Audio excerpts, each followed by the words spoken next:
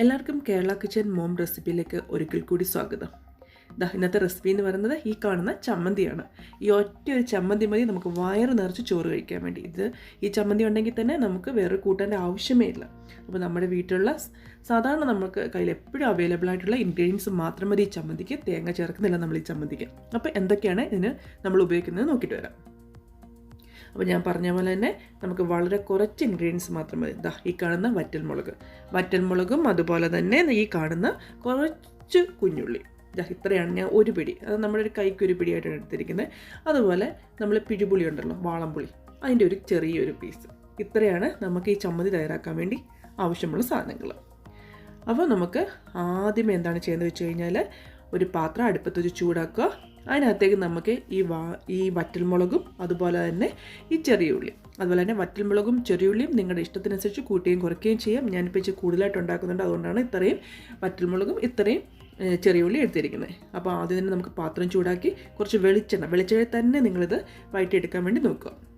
അപ്പോൾ വെളിച്ചെണ്ണ ഒഴിച്ചു കൊടുക്കാം. വെളിച്ചെണ്ണ അങ്ങോട്ട് ചൂടായി വരുമ്പോഴത്തേക്ക് നമുക്ക് ഈ ചെറിയ ഉള്ളി അങ്ങോട്ട് ഇട്ട് കൊടുക്കാം. എന്നിട്ട് അതുപോലെ തന്നെ നമ്മുടെ ഈ വറ്റൽമുളകും ജസ്റ്റ് ചെറിയ ഉള്ളിയുടെ പച്ചമണം ഒന്ന് മാറുന്നത് വരെയും വറ്റൽമുളക് ജസ്റ്റ് ഒന്ന് മൂക്കുന്നത് വരെയും നമുക്കൊന്ന് വഴറ്റിയെടുക്കാം. അതിൻ്റെ ആ പച്ചപ്പൊന്ന് മാറാൻ വേണ്ടി മാത്രമാണ് നമ്മളിത് ചൂടാക്കിയെടുക്കുന്നത്. ഓക്കെ, നമുക്കങ്ങനെ ഒന്ന് പെട്ടെന്നൊന്ന് വഴറ്റിയെടുക്കാം.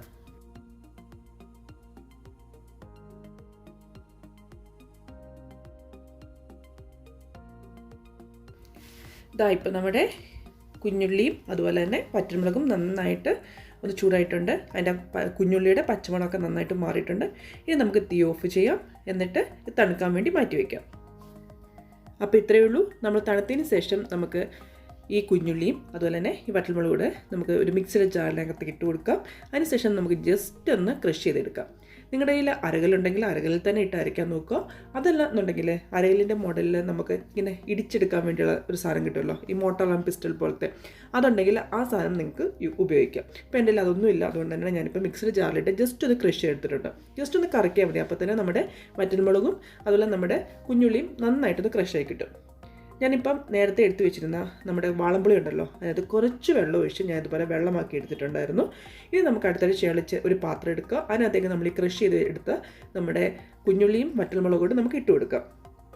നിങ്ങൾ കഴിയുന്നതും കൈ വെച്ച് തന്നെ ചെയ്യാൻ വേണ്ടി നോക്കുക, എന്നാലേ അതിനൊരു ടേസ്റ്റ് വരത്തുള്ളൂ. കൈ വെച്ച് നന്നായിട്ട് നമുക്കിത് ഞെരടിയിട്ട് ആ ടേസ്റ്റ് എല്ലായിടത്തോട്ടും കിട്ടണം. അതിന് വേണ്ടിയാണ് കൈ വെച്ച് തന്നെ ഞാനിത് ചെയ്യുന്നത്.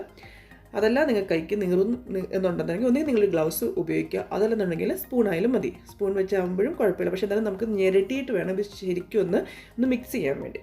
അപ്പോൾ നമ്മൾ കൈ വെച്ച് നന്നായിട്ട് ഞെരടി നന്നായിട്ടൊന്ന് മിക്സ് ചെയ്തെടുക്കാം. അതുപോലെ തന്നെ നിങ്ങൾ കൈവച്ചത് മിക്സ് ചെയ്ത സമയത്ത് ആവശ്യമുള്ള ഉപ്പൂടെ ചേർക്കണം. അതും ഇട്ടിട്ട് വേണം നമ്മുടെ കൈവച്ചത് നന്നായിട്ട് ഞെരടിയെടുക്കാൻ വേണ്ടി. ഇനി നമ്മൾ തയ്യാറാക്കി വെച്ചിരുന്ന നമ്മുടെ പുളി പിഴിഞ്ഞ വെള്ളം ഉണ്ടല്ലോ, അത് നമുക്ക് കുറച്ചിട്ട് ഒഴിച്ചു കൊടുക്കാം. എന്നിട്ട് നമ്മൾ കൈവച്ച് ഇതേപോലെ ഒന്നുകൂടെ മിക്സ് ചെയ്തെടുക്കാം. കൈവച്ച് തന്നെ മിക്സ് ചെയ്താലേ ആ കോമ്പിനേഷൻ ഒന്ന് ശരിക്കും നന്നായിട്ട് വരത്തുള്ളൂ. നിങ്ങൾക്ക് കൈ ചെയ്യാൻ ബുദ്ധിമുട്ടുണ്ടെന്നുണ്ടെങ്കിൽ സ്പൂണായാലും മതി. അപ്പം നന്നായിട്ട് ഇതുപോലെ നമുക്കൊന്ന് തയ്യാറാക്കിയെടുക്കാം. ഇത്രയേ ഉള്ളൂ. നമ്മുടെ ചമ്മന്തിയുടെ റെഡി ആയിട്ടുണ്ട്. ഇനി നമുക്ക് സെർവിങ് ഡിഷിലേക്ക് മാറ്റിയെടുക്കാം. ഈ ഒറ്റ ഒരു ചമ്മന്തി മതി നമുക്ക് വയറ് നിറച്ച് ചോറിനാൻ വേണ്ടി. അത്രയ്ക്ക് നല്ല ടേസ്റ്റാണ്. ഈ ചമ്മന്തിയുടെ പ്രത്യേകത എന്ന് വെച്ച് കഴിഞ്ഞാൽ പുളിയും എരിവും ഉപ്പും ഒക്കെ സമാസമമാണ്. അത്രയ്ക്ക് നല്ല ടേസ്റ്റാണ് നമ്മുടെ ഈ ചമ്മന്തിക്ക്. അതുപോലെ നമ്മുടെ കപ്പയൊക്കെ പുഴുങ്ങിയിട്ട് കഴിക്കാനും ഈ ചമ്മന്തി നല്ലൊരു കോമ്പിനേഷനാണ്. അപ്പോൾ നിങ്ങൾക്ക് വളരെ എളുപ്പം തന്നെ നമ്മുടെ വീട്ടിൽ തയ്യാറാക്കാൻ പറ്റുന്ന ചമ്മന്തിയാണിത്. നിങ്ങൾ തയ്യാറാക്കി നോക്കുക. എന്നിട്ട് അഭിപ്രായം തീർച്ചയായിട്ടും കമൻറ്റ് വഴി അറിയിക്കുക. അതുപോലെ ഇഷ്ടപ്പെട്ടെങ്കിൽ വീഡിയോ ലൈക്ക് ചെയ്യുക, ഷെയർ ചെയ്യുക. അതുപോലെ ഞാൻ എപ്പോഴും പറഞ്ഞ പോലെ തന്നെ ആദ്യമായിട്ട് കാണുന്നവരാണ് എൻ്റെ ചാനലെങ്കിൽ ഒന്ന് സബ്സ്ക്രൈബ് ചെയ്യണേ. അതുപോലെ തന്നെ സൈഡിൽ കുഞ്ഞു ബെൽ ബട്ടൺ അമർത്താനും മറക്കണ്ട കേട്ടോ. അപ്പോൾ ഇതുപോലത്തെ പുതിയ റെസിപ്പികളും പുതിയ വീഡിയോകളായിട്ട് നമുക്ക് വീണ്ടും കാണാം. അതുവരേക്കും ബൈ.